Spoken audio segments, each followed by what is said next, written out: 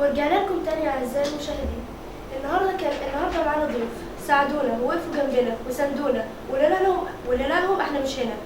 بفضلهم حاولنا ان احنا ننجح ونجحنا. بنرحب بحضراتكم معانا. معانا أستاذ عادل عبد الحفيظ الصحفي بجريدة المشهد، أهلا وسهلا بحضرتك. ومعانا أستاذ يوسف رجب الصحفي بموقع صدى البلد وقناة CBC. أهلا وسهلا بحضراتكم معانا في فقرة منشد. برحب بكم وشكرا لكم ولدعمكم لينا، وباسم زمايلي وباسم جامعة جنوب الوادي بحب أشكركم وأقدم لكم الشكر على الدعم والمجهود اللي حضراتكم بذلتوه معانا. يعني شكرا. ده كان أجل شيء ممكن احنا نقدمه للجامعة، خاصة ان احنا من ابناء جامعة جنوب الوادي، والمفترض ده دور على اي واحد واي ابن من ابناء الجامعة ان هو يقوم بالدور ده مع ابناء الجامعة والخريجين الجدد. طبعا ده عرفانا بجميل الجامعة علينا ودورها في ان احنا وصلنا للي وصلنا له، سواء في الحقل الاعلامي او حتى يعني في عموما في الحياة بشكل عام، ان احنا اتعلمنا واستفدنا من هذه الجامعة. اهلا وسهلا بكم في فقره منشد. عندنا اخبار عايزين نناقشها مع حضراتكم النهارده. نبدا مع اول خبر مع استاذ يوسف. افتتاح اسطوري لقناه السويس الجديده. طبعا كلنا عارفين ان شاء الله اقل من اسبوع وقناه السويس الجديده تفتتح. عروض عسكريه ضخمه بمشاركه الرافال والفقاطه. تحيا مصر. حضرتك شايف الخبر ده ازاي، او شايف قناه السويس ازاي ممكن تحسن تساهم في مستقبل مصر مستقبلا، او ازاي ممكن انها تدعم اقتصاد مصر؟ بسم الله الرحمن الرحيم. يعني قبل ما ابدا في تحليل خبر قناه السويس، يعني انا كنت احب ان انا ابارك للجامعه على صدور النسخه الانجليزيه من قناه SBU، اللي بعتبرها ان شاء الله يعني بادره امل جديده وواجهه جديده لجامعه جنوب الوادي امام العالم كله. وان شاء الله يعني دي استكمالا لمسيره العمل اللي بدات جامعه جنوب الوادي، واللي بنتوقع من وراءها ان شاء الله ثمار كبيره لطلاب وطالبات كليه الاعلام وطلاب الجامعه ايضا في الاقسام الانجليزيه. شكرا لحضرتك ومجهوداتك في القناه الانجليزيه. بالنسبه لخبر قناه السويس، طبعا كلنا بننتظر يوم 6/8 انتظار هذا الحدث العظيم، افتتاح قناه السويس الجديده اللي يعني منتظرينها من عام مضى. مش احنا بس كمصريين اللي بننتظر هذا الحدث ده بيتابعه العالم كله. العالم كله طبعا منتظر يشوف الانجاز اللي حققوه المصريين خلال عام واحد فقط، واللي كان مقرر له ان هو يتم على اكثر من 3 سنوات طبعا زي ما كنا متابعين في البدايه. لكن بقوه وصلابه اللسان المصري اللي دايما بيتحدى الصعاب ويتحدى المستحيل، تم الحمد لله حفر القناه خلال عام واحد فقط.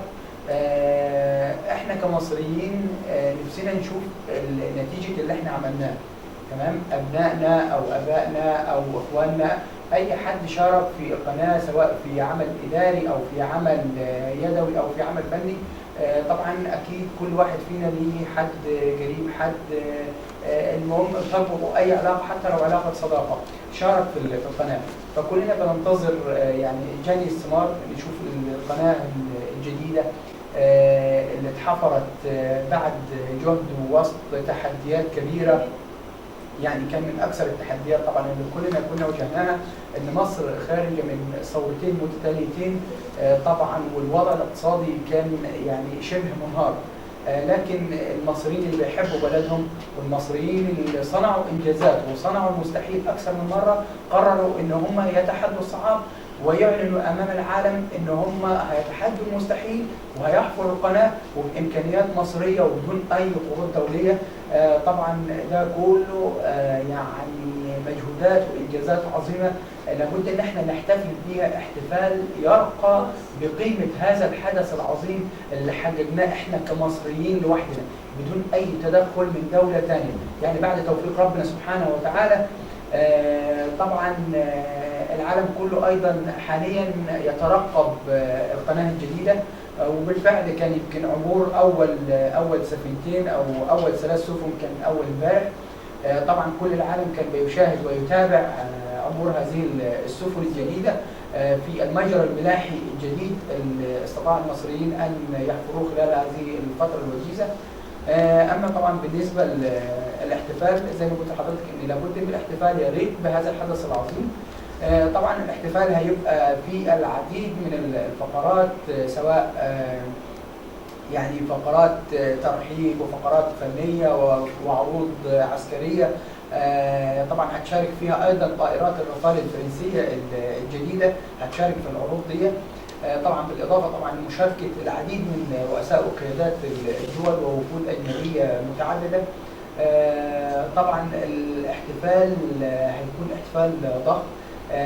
السيناريو ما زال يجرى فيه تعديلات وترتيبات بين الحين والاخر من اجل ان يخرج هذا الاحتفال على قدر قيمه القناه وقيمه هذا الانجاز العظيم الذي تحقق على ارض مصر، واللي ان شاء الله مش هيكون الانجاز الاخير، هيكون يعني بدايه لانجازات كبرى خلال الفتره القادمه ان شاء الله. ومن المتوقع ان قناه السويس هتحط بصمتها او تحدث تحول في اقتصاد مصر. بالتاكيد يعني هو بشائر افتتاح قناه السويس بدات تؤتي ثمارها. يعني حاليا احنا ملاحظين ان في تحسن حتى في مؤشر البورصه. وان شاء الله يوم الافتتاح اكيد هيبقى فيه تحسن ملحوظ وتحسن مختلف تماما عن الفتره الحاليه. طبعا الافتتاح نفسه وحضور رؤساء وقيادات دول ووفود اجنبيه طبعا وجودهم على ارض الواقع وعلى ارض مصر اكيد هيشجعهم على ان هم يجذبوا او يحضروا استثمارات من بلادهم للاستثمار في هذه البلد التي تصنع المعجزات، البلد القابله لاي استثمارات جديده طبعا.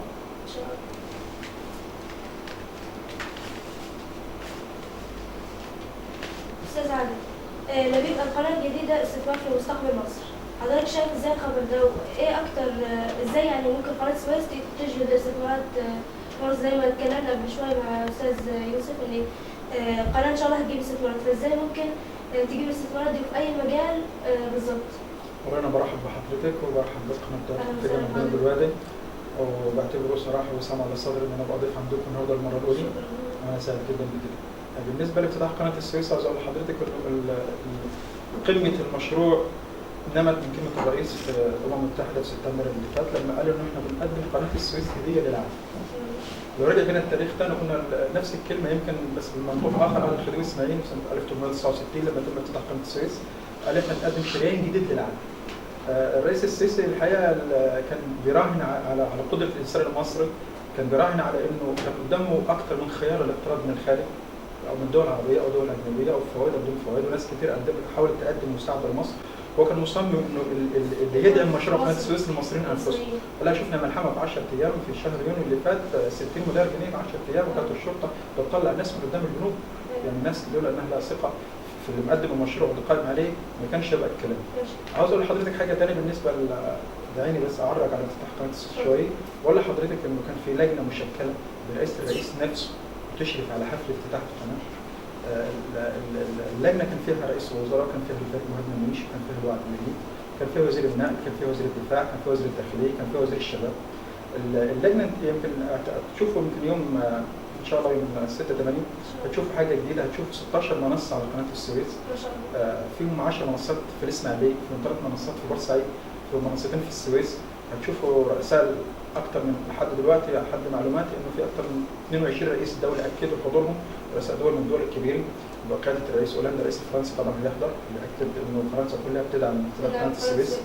افتتاح القناه ان شاء الله باذن الله الساعه 1 الظهر يوم 6/8 جميع سفن العالم في وقت واحد ومحدد هتطلق ابواقها تحيه لمصر ولافتتاح قناه السويس المصريه الجديده. جميع موانئ العالم هتعمل صفارات انذار تحيه لمصر برضه في نفس اليوم.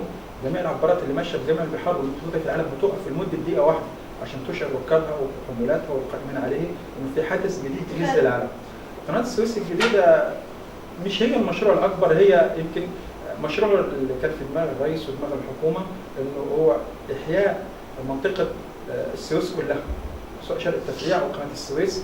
حضرتك تعرفي انه الصين مثلا اكدت انها تستثمر مليار جنيه في مشروعات استثماريه وحاويات ومشروعات امداد لوجستي لقناه السويس. تخيلي حضرتك انه المرور في كيلو اللي هو المسافه الجديده اللي اتعملت في قناه السويس هتختصر اكتر من 16 يوم العبارات اللي جايه من جنوب العالم، من شرق العالم او لغربه، جايه من عند الهند راح لحد اوروبا وكلها حاولات بترول. يمكن الفريق مهمي مش قال في المؤتمر الصحفي اول امبارح انه تعمد اللي يعدي في القناه في العمليه التجريبيه اللي حصلت 3 سفن حاويات مواد بتروليه، الغطس بتاعها بيوصل اكثر من 600 متر تحت البحر، وكان متعمد انه يعدي، كان ممكن يعدي سفن صغيره وعبارات ونحتفل كده، هو كان تجربه حقيقيه لافتتاح القناه. اعتقد ان قناه السويس مثلا العالم كله القناة افتتحت والسفن بتاعهم فيها. تمام حضرتك، عاوز اقول لحضرتك انه المشروع القناه الجديده لازم ناكد انه مش افتتاح قناه السويس، لا، افتتاح قناه السويس كان 1869، دي القناه الجديده. دي القناه الجديده اللي صراحه نسبت للي قام على المشروع واللي راهن على الشعب المصري اولا وثانيا وثالثا لحد عاشرا، اللي راهن على جنودنا البواسل، اللي راهن على اكثر من 980 شركه خاص شاركت في قناه السويس، اكثر من 6000 معده سواء كانت عسكريه او مدنيه، وشركات كلها مش عاوز اقول لك شركات مقاولات المصريه كلها خاصه او عامه او شركات قابضه كلها شاركت في افتتاح قناه السويس. الوعد اللي بيقول انه في الخبر اللي بشوف حضرتك انه قناه السويس الجديده مستقبل وشراء جذب الاستثمار لمصر. زي ما بقول لحضرتك فعلا اتوقع حضرتك انه مصر تلقت عرض رسمي حسب معلوماتي من مواني دبي انه بتشارك في اعاده تنميه الجانب الاخر من القناه الجديده اللي ناحيه بورسعيد مثلا، وعرض استثمار 20 مليار دولار في 4 سنوات تدعيما لها. فاعتقد انه افتتاح القناه الجديده صراحه يعني هيبقى يوم سعيد في تاريخ مصر، وان شاء الله باذن الله عاوز اقول للناس كلها تطمن باذن الله. استعدادات حكوميه واستعدادات امنيه، لسه وزير الداخليه كان اول امبارح راح الاسماعيليه والتقى مع الجنود والعساكر والضباط اللي هناك، واكد للناس كلها انه الحمد لله قبضه الدوله قائمه في منطقه القناه وبقوه، وانه باذن الله مصر. وعاوز اقول لحضرتك انه في اكثر من 80 قناه اخباريه عالميه هتذيع على الهواء افتتاح قناه السويس، باذن الله تكون خطوه جميله للمسلمين العزيز ان شاء الله.